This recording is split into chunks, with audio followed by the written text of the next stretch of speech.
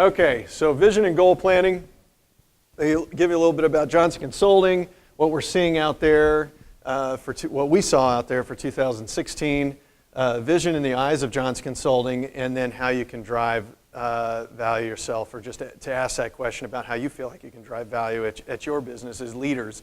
An organization I'm in is the Entrepreneur Organization of Arizona, and there's also YPO, if you've heard of that.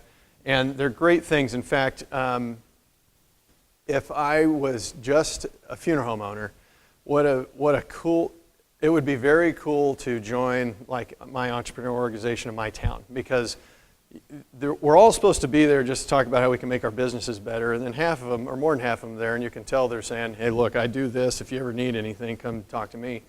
But there's no funeral home owners in the organization in Arizona, but there's a lot of other companies that are clearly making contacts, and I imagine you correlate that to like your local chamber of commerce and whatever.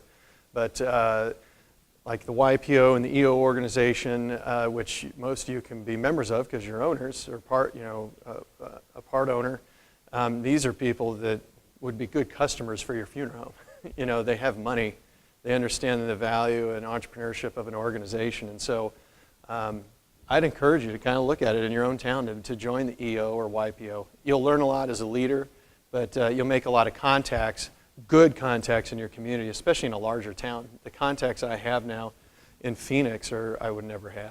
It's been a lot of fun. So JCG, if you've ever been by our offices, these are our two buildings. They're not connected.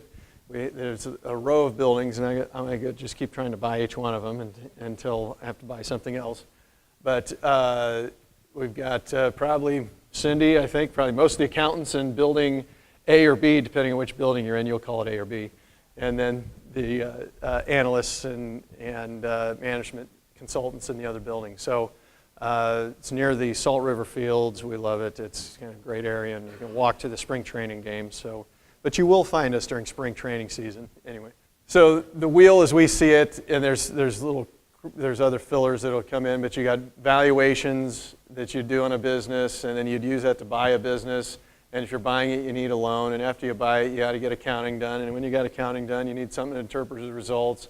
And while you're interpreting those results, it's good to set up benchmarks, and the wheel goes round and around. And that's the Johnson Consulting model, really, and it's worked quite well.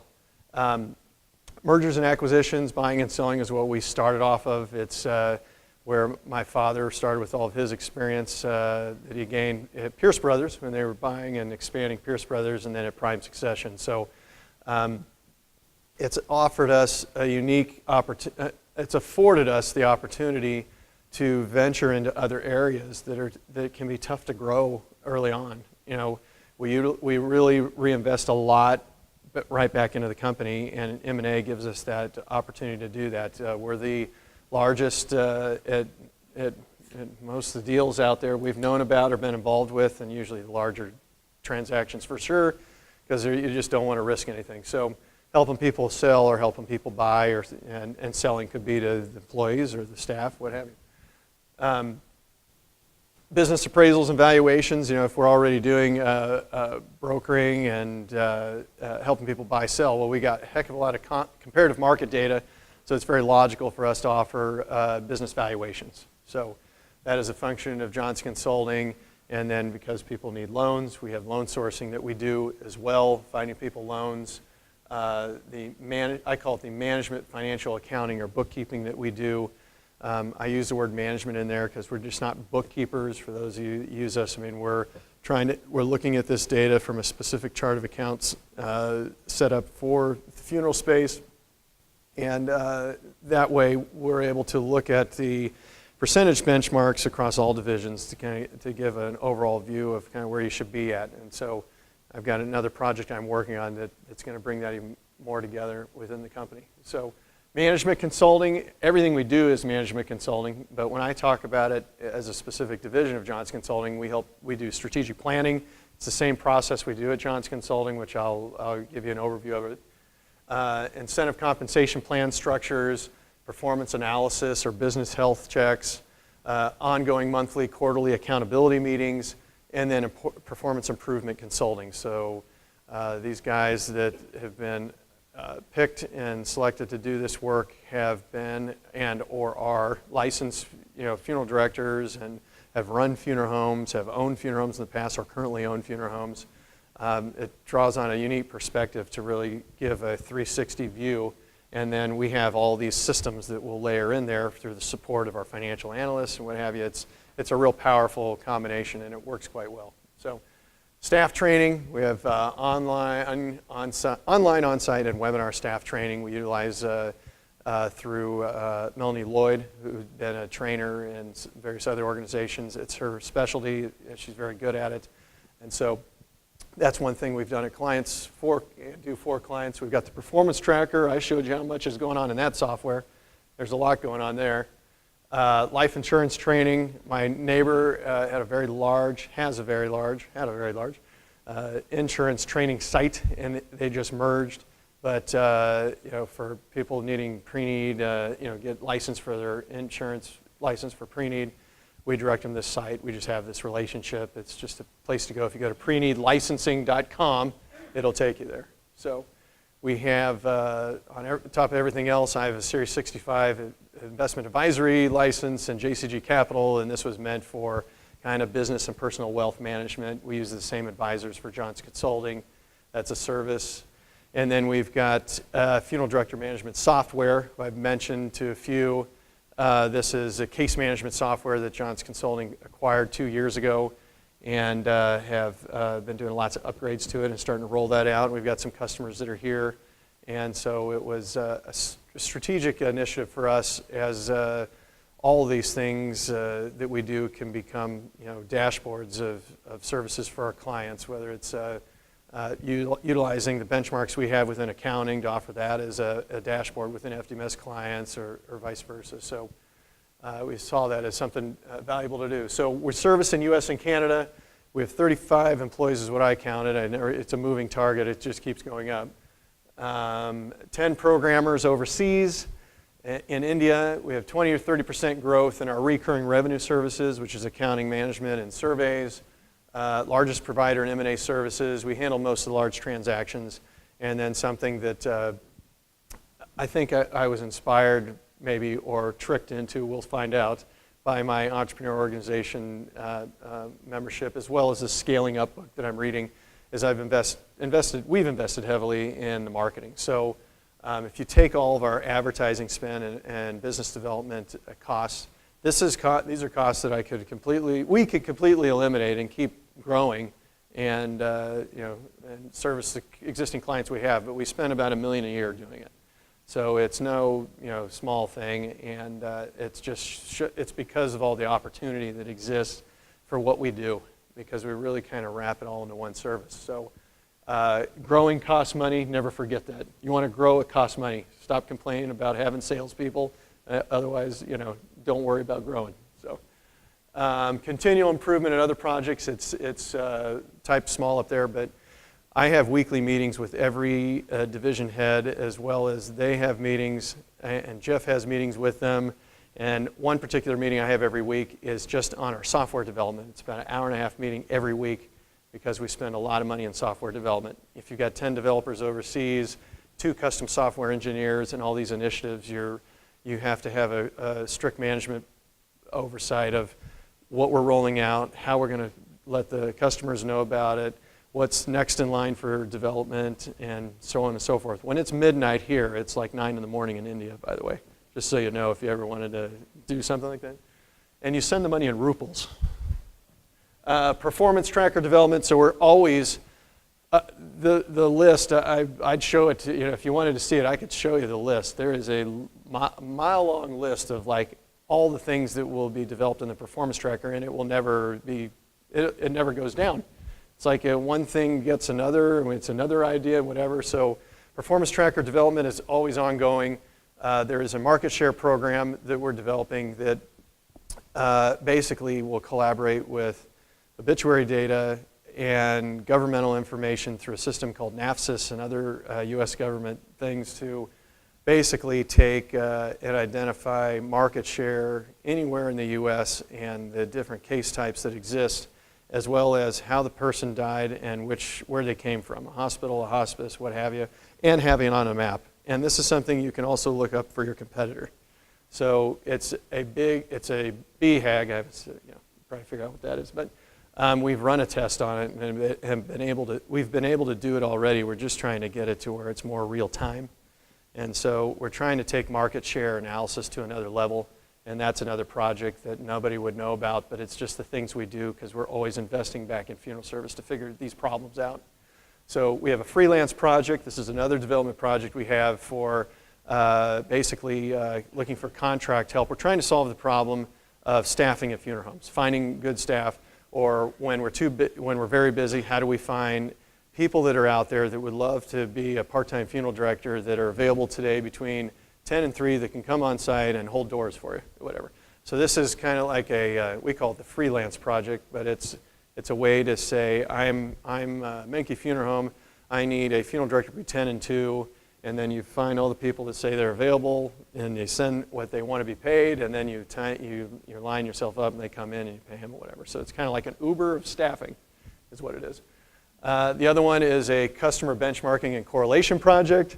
This is where we're taking all the accounting data and layering it in with all the valuation data, all the past marketing data, the management budgeting data, and this doesn't include the performance tracker data. So all these other things in trying to develop correlations from benchmarks and accounting as far as where are you today as a percentage of payroll, what would that look like if it was a valuation, what did it look like when you sold as far as what that value ended up being? What would it be if I was to have a management budget and we're layering all that in? It's a large project, and Phil knows back there because I gave him a large Excel database to start getting things set up to tie these databases together that we have because we got a lot of data. So we've invested in that as well, getting people in with those type of expertise. So the FDMS Pro development, that case management software that has a list of new initiatives a mile long, just like Performance Tracker. And then the funeralranger.com is an application you actually open up right now. It was just a test project to find out who goes online to look for funeral homes and what are they looking for, and how many of them know which funeral home they're going to. So when you go to funeralranger.com, which you can pull up, it'll say, do you want to add need or do you want to pre-need? Answer these 10 questions, here's the funeral homes in your area. And it was just a pilot project to determine who goes online and what are they looking for. And as it turns out, and Michael made mention of it, most people online are looking for cremation. And so I developed these things with no intent of whether there'll ever be a use for it, because, but you got to, what do they say? The only way you can succeed is by failing, So we develop all these things. And I won't stop. I have fun. I've never met any of my India programmers, but they love me, I think. So those are all the things behind the scene you might never know about, and we do every day. What are we seeing out there? We've talked about a lot of this, so I'm kind of just rolling it up now from all these discussions we've had. We know that case count and the mix within case count has changed. That's impacted revenue. The market share, dealing with the direct discounters, and whether or not we ourselves need to set up a firewall brand. I've heard that word, or our own cremation shop, what have you. Personnel, we know the challenges there, and making sure we got good help and that they're well trained, and how they can affect our averages from one to the other, depending on how much they get what it is we do, and how much they see the value in what we do. Of course, we see trends like this and trends like that. And so 2016 in review, we would say that it was slightly busier year with funeral homes. Not a huge year, but not bad. I don't know what your guys' experience was. I mean, in January, February, starting off strong, but who knows where we'll be, and I'll report on that next year. So investor interest in our industry is very high right now.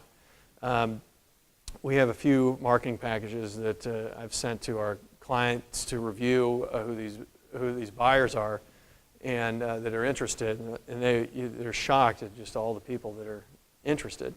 And maybe that'll change as interest rates rise and investors don't have the interest change. But I think it's a good thing. You always kind of want to know, what is it? It's kind of, I don't know if I'd use this example. I'm going to use this example. So, you're married, you love your wife, but somebody comes up and they look at you, they give you a nice look, like, no, I'm married, right? But it feels good, doesn't it? It's like somebody's still interested in you, right? It's exactly like that. That's what this is like right here. You're not for sale, but it's nice to know somebody wants you. They really like you, right? There you go. So good multiples for good businesses. We're seeing very good multiples for good businesses right now. And again, there's lots of buyers, all right? So finding good lenders is still key. I put myself through the SBA process to buy Menke, and part of it was to see what it was like. And I hope I never go through that again. SBA process is a damn nightmare, but it's kind of a necessary evil.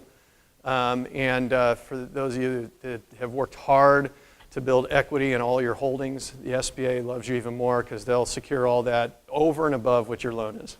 So it's one of those things you have to be very careful about. But it is out there. It's an option. Low-cost business still a concern. Firewall brands opening. You know what I'm saying when I say firewall brands, kind of protecting your own brand by opening this thing that kind of keeps people over here, right? And then transitions are starting, definitely. Transfers to the next generation, whether they're just deciding to sell, buy, or maintain. And then the question, a lot of them, is maintaining an option. We've got, we did an evaluation for a very, very nice Midwestern firm. And the son, the dad wanted to transfer the son. He's ready to do all the right things. It was going to be an easy transition. The son saying, I don't know if I want to do this. Just watching the trends with cremation, what have you. Whereas I'm pretty sure he's going to do it. It's a hell of a nice business, but for him to even think about that, it's kind of surprising to me. That whether he wants to tackle the next round of problems. Of course, if you recall what Dad said, there's always going to be those uncomfortable problems. We think it's bad now. We'll probably be thinking these were the good old days 10 years from now, right? So we need more than ever. We've noticed that there's a need more than ever to have good accounting, management, leadership structure, and initiatives in place and good measurement tools. Those are all the things that we do those are things we do to accomplish that. But advertisement aside, you just have to be on top of that stuff. Because the technology is there, the resources are out there to do it, and if you don't have it, it's not like you need to call upon us or any other resource every day, but that you wouldn't have that in place when you do need it, when it's time to maybe do a big spend or what does our future look like the next 5 years. It's just there's no excuse. Like I say, the technology is so available that having these things in place is just a necessary thing. Next generation is buying differently than the old guys.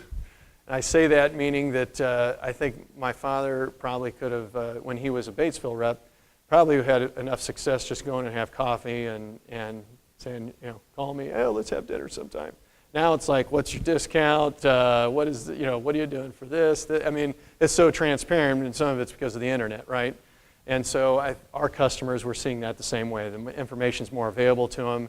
And so figuring out how to maintain those customers, either maybe it's the Facebook that maintains those relationships or whatever, just seems different. Everybody's in a damn hurry, right? Including me.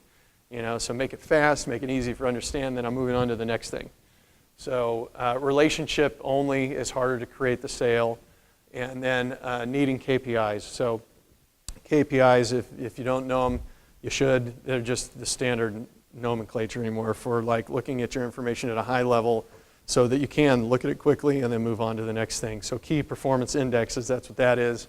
And it should be in all sections of what you do. And you have to decide in your organization what they are. There shouldn't be, I think, more than 5 or 10 things, or maybe even 5, that you feel like you need to know or maybe even 3, that you would know on a weekly or a daily or monthly basis, that you can see a quick snapshot of your business and move on with what you need to do. Because in a funeral home, you want to be out in the community, you want to be doing these other things, and it's great what John's Consulting does, but let's give you just the high level stuff and then move on, and then work on the business instead of in it is the theory.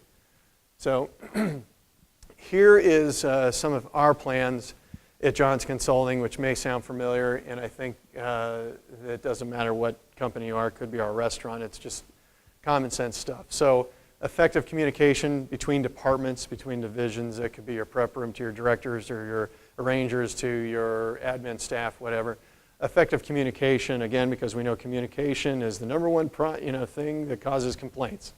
So at Johnson Consulting, it's effective communication across departments, cross-training, redundancy. That's a huge thing with Batesville, I know, and it's a huge thing with us. As you fall at risk if somebody leaves and now you've got this hole, and maybe it's a survival or just self-preservation that you don't want to have to fall in and do it yourself. And so cross-training as best you can is great.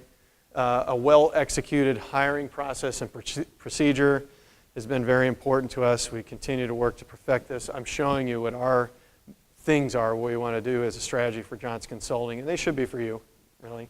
You hire people on, they should know exactly what you have planned for them, and you should tell them that, and have a 30, 60, 90 day and reviews with them and make them part of that organization. So KPIs for the team leaders and team, each of them. So for a prep room, you could even say, okay, what is the most, like if you would ask your prep room manager, what do you feel like is the most important thing you need to be doing? And they'll say, well, I need to be doing whatever. These need to be getting out on time. I don't want people swallowing it. Whatever the thing is. And make those a KPI that's measurable, that you guys can talk about it real quick, and that makes it very transparent whether we're accomplishing our objectives. So KPIs for team leaders and teams, same for Johnson Consulting. And then scripts and value statements for each of our services. There's a book I read that talks about a proven process. And the theory was that if you don't have a process that sounds any different than anything else, then all you're competing on is price. And so it was a way to truly, it would be to think about what is the process you do that is so unique that you can't get anywhere else. Maybe that'll be a challenge because maybe all the funeral homes are the same. I don't know. I hate to say that because they're not. But are there proven things in the process that is, whatever, the Menke way or the Cypress lawn? There's things that we thought would be valuable for us to do at Johnson Consulting. And again, it doesn't matter what business it is. And so creating value statements and scripts to those is one of our objectives. Reviewing our brand. Proactive customer follow-up programs. We talked about that at funeral homes, for God's sakes. The time it takes before they come back in. What is your follow-up program like? It's no different for Johnson Consulting, and how we follow up with our clients. Complementary service additions to create additional scalability and fixed customer base. So I must have read a lot of books to create that statement, but basically it's saying how can we take that same customer experience and offer additional services without adding more customers. And so that's the scalability principle for funeral homes. It's offering receptions. It's these other things, all right? And then client appreciation programs, again, done at funeral homes also, whether it's a holiday thing or what have you. Those touch points with the clients that for Johnson Consulting is also an initiative of ours. Target marketing to the 10X customers. And so I'm taking, and as you're seeing, I'm taking the Johnson Consulting Group strategy, and I'm thinking about, in my mind, for my own funeral home and your own, they talk about in these books, the 10Xers. So like, what is like, is there a good value instead of, there's always good value in finding each family that you can in the community, but what if you went and established that relationship with the hospice, right? Or the Veterans Association, whatever. These are the customers that bring 10 instead of 1, and so what's your attention that you're putting in those type of areas as well? Those are important. Case studies and customer improvement for marketing. So this is to create, for us, testimonials and actual statements that talk about good experiences that our customers have. And I know at funeral homes it's the same thing. You'd love for your customers, not you, to tell others how great it was, or you'd love to see ones where it was a testimonial on cremation with a memorial, right? Those type of things where the customers can say it and not you. Packaging services within Johnson Consulting is an initiative, vendor cross-selling, and then video testimonials. All these things, and I can, again, email me, I'll send you the slides. All these things can be good initiatives at a funeral home, and they are. Client referral programs, loyalty programs, first call questionnaire. This is something for Johnson Consulting where if somebody calls and says they want accounting, instead of, it's kind of like that phone shopper, that Paul did, where he just said, okay, cremation, fine. Well, if you went direct, then, he just kind of went down a one-dimensional path. This one is, for us, means that if somebody calls about accounting, we want to know what is their case management software they're using. Is it FDMS? Is it not? Do they have a survey program they're using? Do they have management consulting they're using? And so it's to learn more about the customer when they call Johnson Consulting. And to me, the funeral home would be the same thing. It's those questions like, do you have a religious affiliation? Are you a member at any club locally? It's finding all those things you can learn about the person that helps you present the options that fit them the best. And so it does, again, what's always very interesting about this, and I'm sure I could draw correlations in the restaurant as well, is it really doesn't matter the business that it is. These things are very similar solutions to offering good service to customers. So onboarding process for enhancements for us at Johnson Consulting, and that's making sure that clients are onboarded very effective and that we're always improving on that process. And I would say at a funeral home it's no different. They come in and there's all these things they got to take care of. What have you lined out for them exactly on how things are going to go the next couple of days? What is that onboarding of the client in a way? Philanthropic efforts in the industry and our community. We feel like even as a consulting company, that's something we want to do in our surrounding area. And God forbid, most notably a funeral home should be doing that, I can only imagine. So hopefully those are things that you're doing. And by the way, this philanthropic effort things, you want to talk about like something that makes your next generation like staff feel good. They like that stuff. They like that you do that. They want to be part of an organization that does that kind of stuff, And then continual improvement across all processes. We've talked about continual improvement. So a lot of different things that we have going on, and we meet, I'll tell you what we do to try to accomplish this. But first, to come up with all that, we did a big planning session, and we'll do it again every year. And then we meet quarterly, and Jeff has them, I've got them. We have these sheets that show what the quarterly goals are for myself, and one page has got Jeff, and one is every division head. And we talk about in our meetings what we call RPIs. So the meeting will say, first, okay, tell me what the results have been since the last time we met. Then the next one is, tell me about the progress, about the things that we got to get done, and then give me the issues that are in your way. And if you just do the RPI process in your meetings with your management, it's very effective. It's very effective. And basically, what we continue to do is improve our own process. And one was, as we did strategic plans in the past, we had a lot of initiatives and we'd review them all. And now we're breaking them off into quarterly chunks, easy, quick pages, and having these RPI meetings every week. And we're even getting down to what we call prime time. Is that what it's called? Prime time hour. So every division head will have this. I have it. And this is an hour a day called prime time for Jake. And it's just to say that if I don't reserve at least an hour a day for me to consider the things that we want to get done this year, they're never going to get done.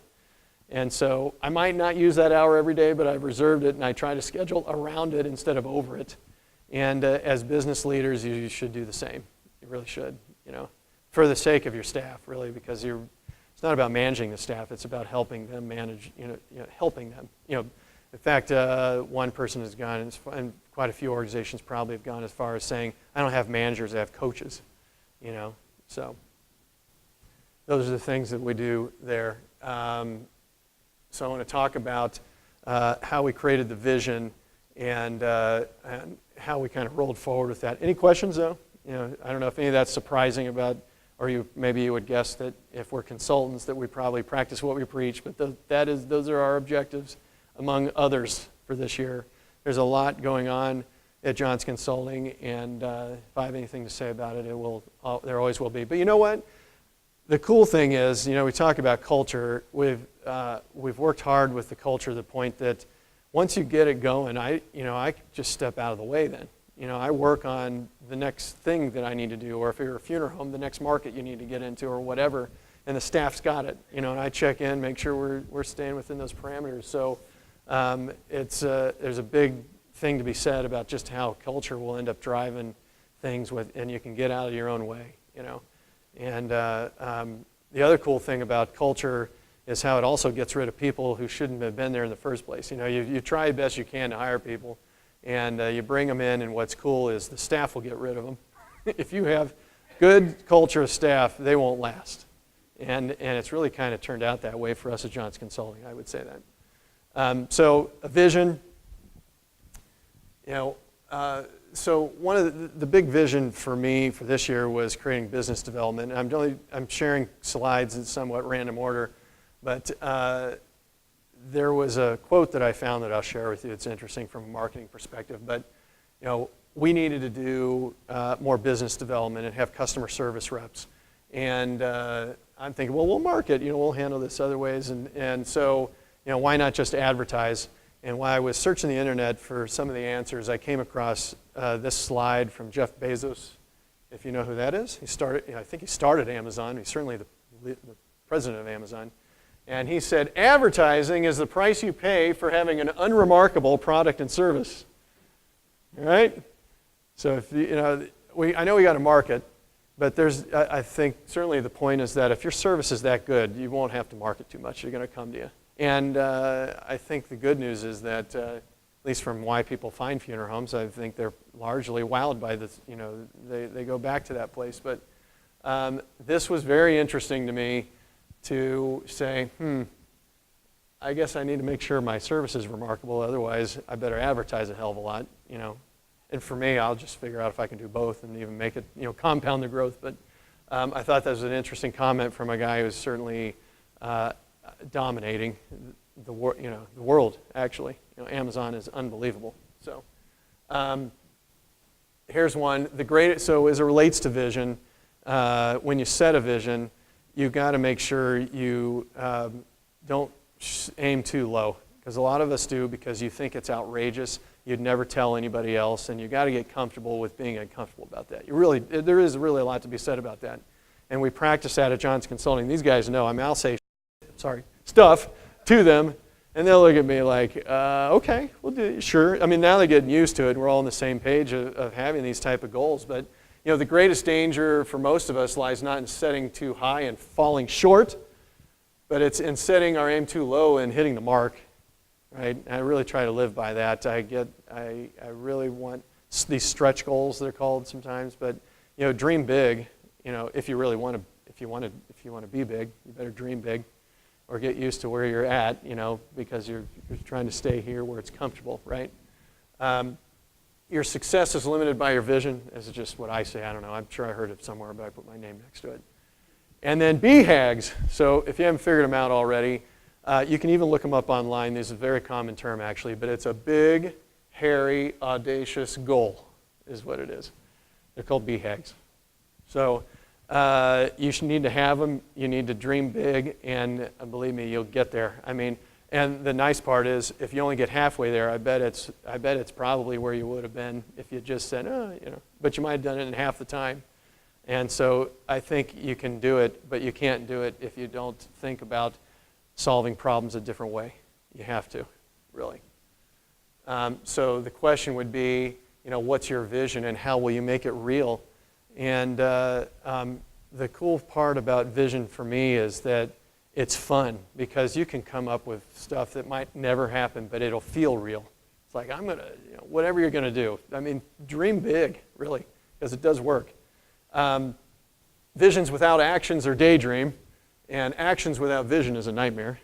So if you've ever done Art of War or Sun Tzu, they have these quotes. But once you have that vision, now you need a plan. If you can't define it, you can't measure it. You can't measure it, you can't manage it. So you got to put those things in place. And so our planning process, where we came up with all this, was being off-site, so you remove distractions. Bring some big Post-it notes into the room. And so when I say big Post-it notes, these things we got, if you've ever seen this process, is like you stick them on the wall and you can write big so everybody can see them. because you're going to write everything up there. It doesn't matter how crazy it sounds. Just write it up there. Define your team to be involved. These are the people. For me, it was fun at Menke. I was hearing people saying, boy, I'd sure like to be involved more in this. Or, you never asked me for my opinion in this. I said, okay, you're going to be at the next planning meeting, and we're going to hold you accountable to some of this. And thankfully, they all said, fine, But now it's time to, prove themselves, and I think that they will. But, there's some that are there and saying, you never asked for my opinion. Well, get them involved then. Assign them some things, and that's what we did. And so define the team that's going to be involved. Collect the data before the meeting so that you've got at least somewhere to start on where you've been and where you are. And then you need time to critically think together. So any of the planning sessions I've done, it's the all day. It's the whole day. We have lunch, and we get ourselves in the mindset of really thinking about things. It's kind of like this. From the moment you got here to now, your mindset and what you're thinking about and the notes you've taken are probably incredible. And then you'll go back and you get in your day job, and it's that whole thing of figuring out how to keep that momentum going, and it takes time. So the meeting agenda, we have opening comments, we set ground rules. A big thing we talk about is silence is acceptance. So we make it very clear that if you don't want to have anything to say, then you're agreeing to everything I'm telling you. And so silence is acceptance has been a big one. We evaluate the prior year, look at our strengths, weaknesses, opportunities, and threats. We talk about what we think the key performance indexes or metrics should be. We define what our goals are. We talk about future strategic considerations, whether it's in new markets or what have you. What is our tactical actions? What are the things that are going to be in the way is an important thing to talk about. You can have all this, but if you don't get those elephants in the room and out in the open about, this person doesn't buy into it, well, let's talk about that now because we want to leave this room saying we're going to get this stuff done. Marketing review, training needs, resource needs, people development, org chart, business controls. What is the team's definition of success? And then how, living our plan going forward. So we always look at this in our funeral homes and the areas of customer service, workplace, marketplace, and financial management. And we monitor that through either monthly or 60-day meetings. We team consult. We make sure that we're hitting timelines. We're making sure we got the right people doing the right things. And then the Pareto principle is the 80-20 rule, if you want to know where that came from. And then I love the FAT process. That's the file, act, or toss it. Just do one of those things, but don't, So handle it once is the whole point, because things can really get stuck on a desk sometimes, right? And so what have we learned? We've learned that, and it doesn't matter if it's Johnson Consulting and our clients or our clients' clients, the question is what really matters most to the customers, because they really only care about themselves, by the way. Just so you know, if you think they care about your problems, they really don't. And so the question is, what is their problem? What is it that matters most to them, and are you solving it? Do you know that answer?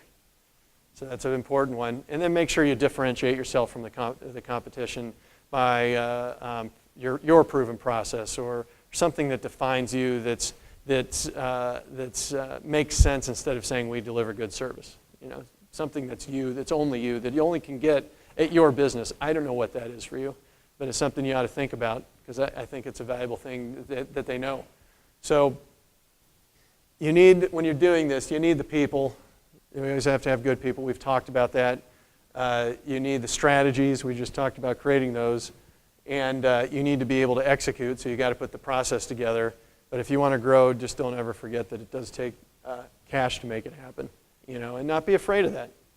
I think, it just depends on where you are in your life cycle of your business. But, we personally at Johnson Consulting, I'll do the same at Menke Funeral Home. We just put a lot of money back into the business. The goal is not to see how many trips I can go on. The goal is to see how successful I can be as a business owner and grow that business and tackle the problems that exist for any business that out there. Menke will be what we all go through, the cremation and converting people to memorial service and what have you. And Johnson Consulting will be, as we gather this data, getting better at putting it into more bite-sized, meaningful segments for our customers so they can, get a good snapshot quicker.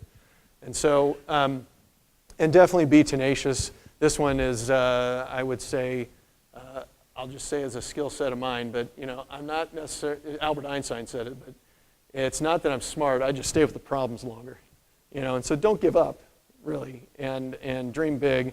And this is a pep rally moment, but I'm telling you, this is what we do at Johnson Consulting, and I think it's part of the reason that we've grown as much as we have. Making sure that we identify what those barriers are and trying to get them out of the way, or knowing that we're going to have to tackle them along the way. Either is there going to be crisis management issues where we can't handle a problem when it comes up, or do we have people who are resistant to change? And you might have people like that are key within your organization that might be time to change that. Time management is going to be, if you're growing and you're layering in all these other things on top of your day job, I'm going to tell you right now, time management is going to be a problem for you. And so figuring out how to manage your time is going to be important. You got to stay committed to the plan. You got to make sure you got plenty of cash reserves to do it. All right? So a goal, vision without a plan is a wish, and just remember that. So I always like putting this up here. This is the one where he says, they took the bar. They took the bar. But the question is, what are you going to do now? In fact, Al's the best one at saying it, but I won't have him say it. But they took the bar.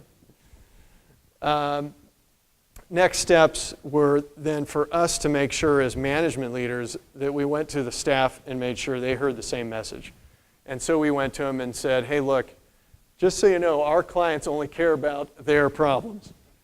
They want to achieve increased performance, increased profitability, and maximized enterprise value, period. At least that's what we feel right now. We'll find out more, as we continue to grow with you guys.